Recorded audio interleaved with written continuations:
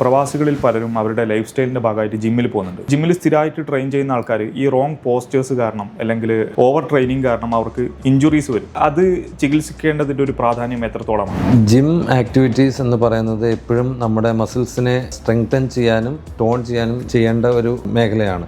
ഒരു proper training അതിനകത്ത് കിട്ടാതെ നമ്മൾ പലപ്പോഴും ഡയറക്റ്റ് പോയി ഒരു മസിൽ സ്ട്രെങ്തനിങ് എന്നുള്ളൊരു ഭാഗമായിട്ട് എക്സസൈസ് ചെയ്യുകയും അതിൻ്റെ ഭാഗമായിട്ട് ഒരു റോങ് പോസ്റ്ററിങ് അല്ലെങ്കിൽ ഒരു റോങ് ടെക്നിക്ക് വഴി നമുക്ക് മസിൽസിന് ഇഞ്ചുറി വരികയും ചെയ്യാം. അത് യഥാസമയം നമ്മൾ കറക്റ്റ് കണ്ടെത്തുകയും എന്താണ് അതിൻ്റെ പ്രതിവിധി എന്നുള്ളത് നേടിയില്ലെങ്കിൽ റെപ്പിറ്റേറ്റീവ് ആ ഒരു ഇഞ്ചുറി വന്ന ഒരു പാറ്റേൺ വന്നു കഴിഞ്ഞാൽ നമ്മൾ മസിൽസിന് ഗുണം ചെയ്യുന്നതിനേക്കാളും കൂടുതൽ അത് ദോഷമായിരിക്കും ചെയ്യുക. റെപ്പിറ്റേറ്റീവ് ഇഞ്ചുറി കാരണം കൂടുതലും സംഭവിക്കുന്ന ഇഞ്ചുറീസ് എന്ന് പറയുന്നത് ഷോൾഡർ ഇഞ്ചുറീസ്, അതായത് അതിനകത്ത് റൊട്ടേറ്റർ കഫ് മസിൽസ്, നമ്മുടെ കൈ പൊക്കുകയും തിരിക്കുകയും ചെയ്യുന്ന മസിൽസിന് ഉള്ള വർക്കൗട്ടുകളിലാണ് കൂടുതൽ ഇഞ്ചുറീസ് കാണപ്പെടുന്നത്. പിന്നുള്ള ഒന്നാണ് ബാക്ക്, അതുപോലെ നെക്ക് ഏരിയയിലുള്ള മസിൽസിന് വല്ലാതെ സ്ട്രെയിൻ വന്നിട്ട് ആ ഒരു ക്യാച്ചിങ് പെയിനും ഇതൊക്കെ ഉണ്ടാകുന്നത്. അപ്പോൾ ഏതൊരു ജിം ആക്ടിവിറ്റി തുടങ്ങുന്നതിന് മുന്നേ ഒരു 10 to 15 മിനിറ്റ്സ് പ്രോപ്പർ വാമപ്പ് ചെയ്യുക എന്നത് അത്യന്താപേക്ഷിതമാണ്.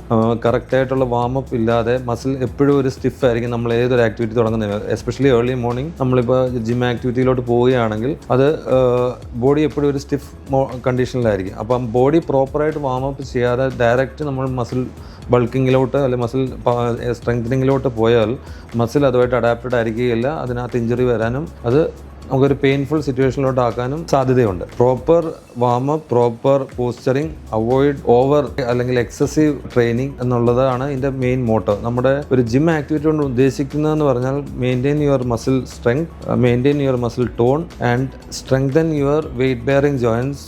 അതായത് നമ്മുടെ ആ ഒരു വെയിറ്റ് ബെയർ ചെയ്യുന്നത്, അതായത് ബാക്ക്, നീ, ഈ ജോയിൻറ്റ്സിനെ സ്ട്രെങ്തൻ ചെയ്യിക്കുക എന്നുള്ളതാണ്. കാരണം അതൊക്കെയാണ് നമ്മുടെ ഡെയിലി ലിവിങ്ങിൽ നമ്മളെ ബുദ്ധിമുട്ടുണ്ടാക്കാൻ സാധ്യതയുള്ളത്. അതിന് രണ്ട് പോസിബിലിറ്റിയാണുള്ളത്. ഇഞ്ചുറി വന്നു കഴിയുമ്പോൾ നമ്മൾ പൊതുവേ ഒന്ന് മടിക്കും, പിന്നെ വീണ്ടും ആ ഒരു ആക്ടിവിറ്റി ചെയ്യാനായിട്ട്.